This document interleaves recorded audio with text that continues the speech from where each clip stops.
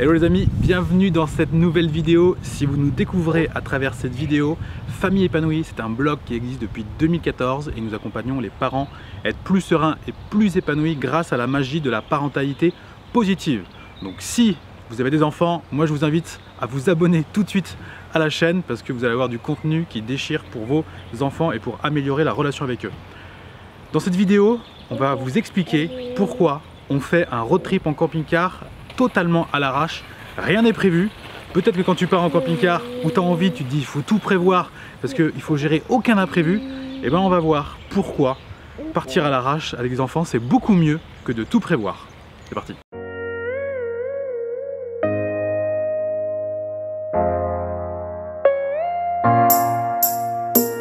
Alors, il y a un truc que je vous invite à faire maintenant avant de démarrer la vidéo, ça se passe en dessous dans la description, c'est de télécharger le guide des 4 concepts pour être dans la paix et dans la joie. C'est Amélie, ma femme, qui l'a fait, qui l'a réalisé, parce qu'Amélie elle a accompagné plusieurs centaines, je crois qu'on arrive à 1000 ou 1500 mamans qui ont été accompagnées à devenir plus sereines et plus épanouies. Donc voilà, je vous invite déjà à télécharger ce guide parce qu'il va déjà beaucoup vous aider.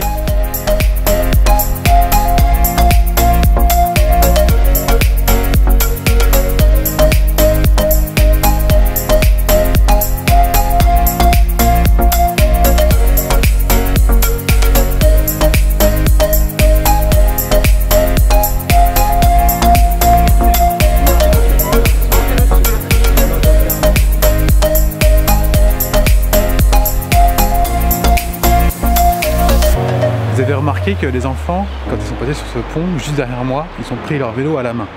Et dès qu'ils sont arrivés sur le pont, ils sont descendus de leur vélo et ils l'ont pris à la main. Pourquoi on a fait ça? Par mesure de sécurité, parce que ce pont, il est vraiment super dangereux. C'est limité à 30, mais il y a très peu de personnes qui respectent la limitation. Le trottoir n'est pas assez haut, ce qui fait que si l'enfant fait un écart, une voiture passe, bah, c'est fatal. Et peut-être que tu te demandes, tu vois, ah mais les miens, jamais ils feraient ça d'eux-mêmes, jamais ils descendraient de leur vélo. Moi, je suis obligé de leur courir après, de leur crier dessus pour qu'ils restent à côté de moi. Et tu te dis peut-être que nos enfants, ils ont un truc spécial. En fait, ils n'ont rien de spécial. C'est relativement simple de faire respecter les règles de sécurité. Parce que l'enfant, il doit comprendre. Là, l'enfant, il sait que c'est dangereux. Parce que juste avant d'y aller, on lui a expliqué. Par contre, ils peuvent faire du vélo où ils veulent, quand ils veulent. Du moment qu'ils sont en sécurité, ils sont libres. Par contre, la zone la plus dangereuse, c'est obligatoire de respecter. Et ça, c'est absolument non négociable. Il n'y a même pas besoin de s'énerver, il n'y a pas besoin de crier. Il faut leur dire calmement en amont, c'est-à-dire quand le danger va arriver. On leur a dit tout à l'heure qu'on était à ce niveau-là, donc tu vois, bien avant le pont, je leur ai dit, je fais là, vous pouvez faire du vélo comme vous voulez. Par contre, quand on arrivera sur le pont, c'est très dangereux avec les voitures. Il faudra que vous descendiez à côté et que vous marchiez à côté avec votre vélo.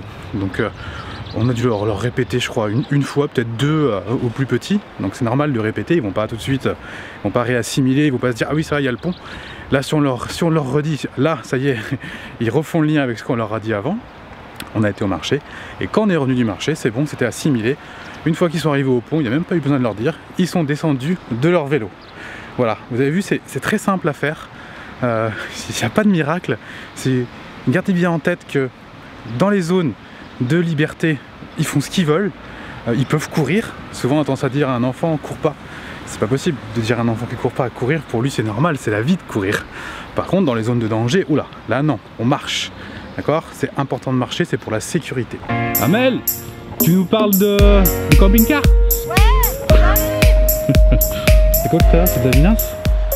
C'est de la vinasse, c'est du vin sec, du Vouvray très sec comme on les aime.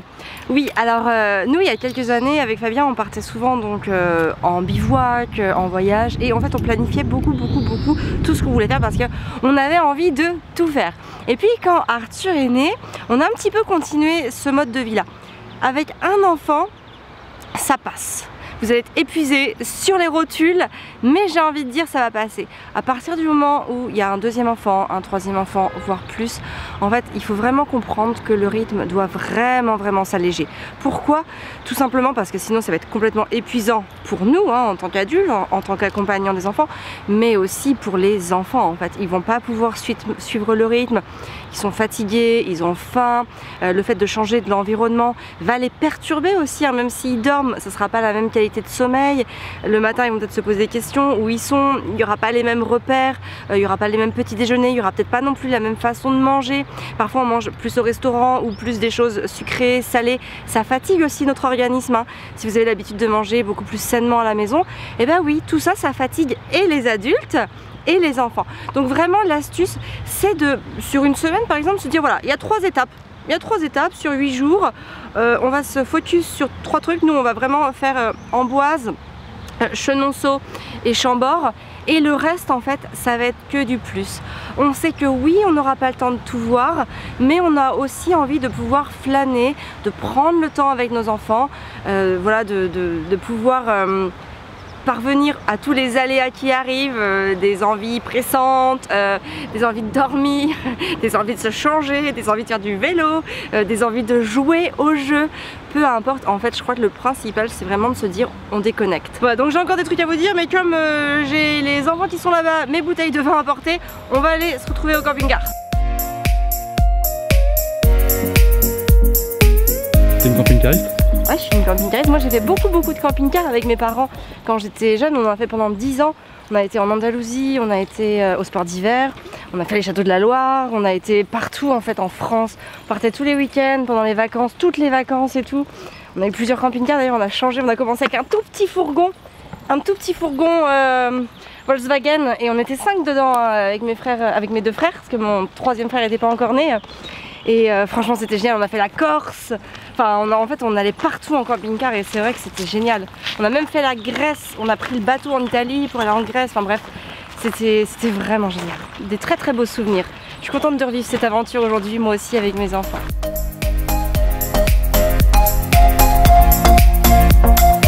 Camping-car, on est passé par le site Wikicampers pour le louer. En fait, il appartient à quelqu'un qui habite près de chez nous et on l'a loué sur ce site. C'est comme un truc de location de voiture, mais là c'est de camping-car. Et en fait, ils nous l'ont, c'est eux qui nous ont pris en charge la location pour la semaine. C'est-à-dire que nous, on avait prévu de faire une semaine en camping-car. On leur a envoyé un message, on leur a dit bah écoutez, est-ce que vous êtes prêts à faire un truc d'influenceur en fait, à financer la semaine, et ils ont dit ok. Donc l'avantage, c'est que nous de toute façon on aurait parlé du camping-car parce qu'on kiffe le camping-car, ça fait des années qu'on veut en faire, et donc du coup bah, je vous donne un site qui est génial parce que de toute façon on l'aurait loué quand même sur ce site. Donc c'est Wikicampers. Si vous voulez, on en parlera un petit peu plus, ça peut être sympa. Et si vous voulez qu'on vous présente ce camping-car, si c'est quelque chose qui vous intéresse, dites-le nous en commentaire, et puis cette semaine on fera une vidéo sur la présentation du camping-car.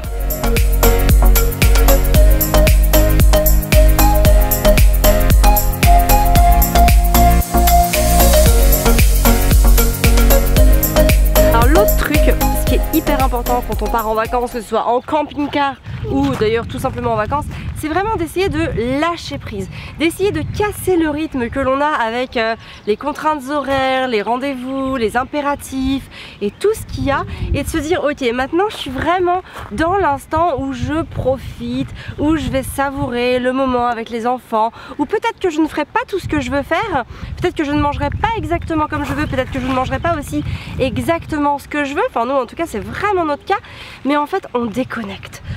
On pose notre cerveau comme on l'avait et on en remet un autre avec beaucoup moins de fonctions, mais avec des fonctions qui vont juste nous faire savourer ce qui va se passer sur l'instant présent. Donc là on va aller au Clos Lucé. Le Clos Lucé c'est un truc, donc c'est la dernière demeure de Léonard de Vinci, et en fait Arthur lui veut être inventeur. Et donc du coup, eh ben, on se fait ce petit plaisir pour lui, pour pouvoir aller voir les inventions, les toucher. Ça va être ludique, ça va être pédagogique, et on va juste tous profiter de l'instant présent. En plus c'est la fête de la musique, donc il y a de grandes chances que ce soir eh bien, on puisse se faire quelque chose de sympa en centre-ville d'Amboise. C'est parti. Qu'est-ce que t'as, Mimou? Voilà ma pomme de pain. Ta pomme de pain? Oh, je la vois. Oh le triste, la tristesse. Regarde. Qu'est-ce que c'est que ça? Ah, bah oui, on a la pomme de pain, on peut partir. Et quand je veux très grand, je vais conduire une moto. Tu veux conduire une moto? Oui. Ah ouais. Sa plus grande œuvre, en tout cas en peinture, c'est lui qui l'a peinte. Je l'avais déjà vu quelque part. Tu l'as vu où? Tu t'en rappelles? Non. Tu peux montrer la photo de Léonard de Vinci? Bien sûr.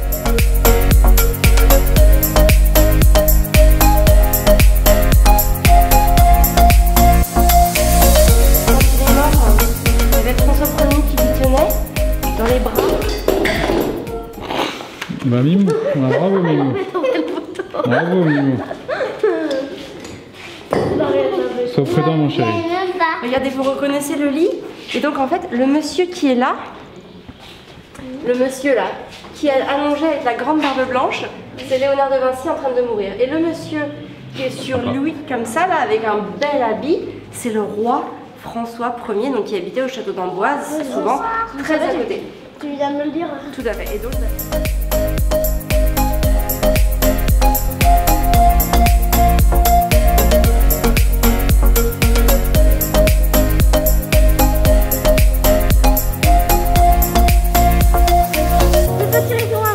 vas-y.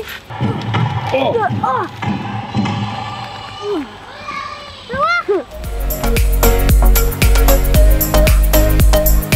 Peu importe le style de vacances que vous voulez vous faire, j'ai envie de vous dire, prenez-vous pas la tête, prévoyez pas trop de trucs parce que de toute façon il y a de grandes chances que vous pourrez pas toutes les faire. Par contre, ce que vous pouvez faire, faites-le à fond parce que c'est ça en fait qui va vous créer juste des souvenirs énormes, des souvenirs magiques parce que vous les aurez vécus pleinement. Et c'est ça la magie des vacances réussies. Et surtout, n'hésitez pas à laisser votre cerveau de d'habitude chez vous et d'en prendre un nouveau avec beaucoup moins de fonctions, voilà, qui vous permettent de vous mettre souvent à la hauteur de votre enfant et puis tout simplement de profiter pleinement de la vie sans se prendre trop la tête. Voilà, donc là dans les prochaines vidéos qu'on va vous faire, on va essayer d'en faire une par jour. On va vous montrer le camping-car, on va vous montrer ce qu'on a emmené dans le camping-car, on va vous faire des petites routines de camping-car. Alors n'hésitez pas à vous abonner à la chaîne Famille Épanouie, à aimer cette vidéo, à mettre un commentaire et puis on se retrouve très vite dans une prochaine vidéo sur le camping-car.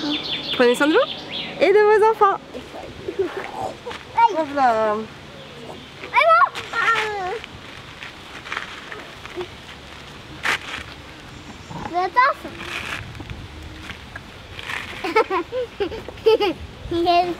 Et voilà.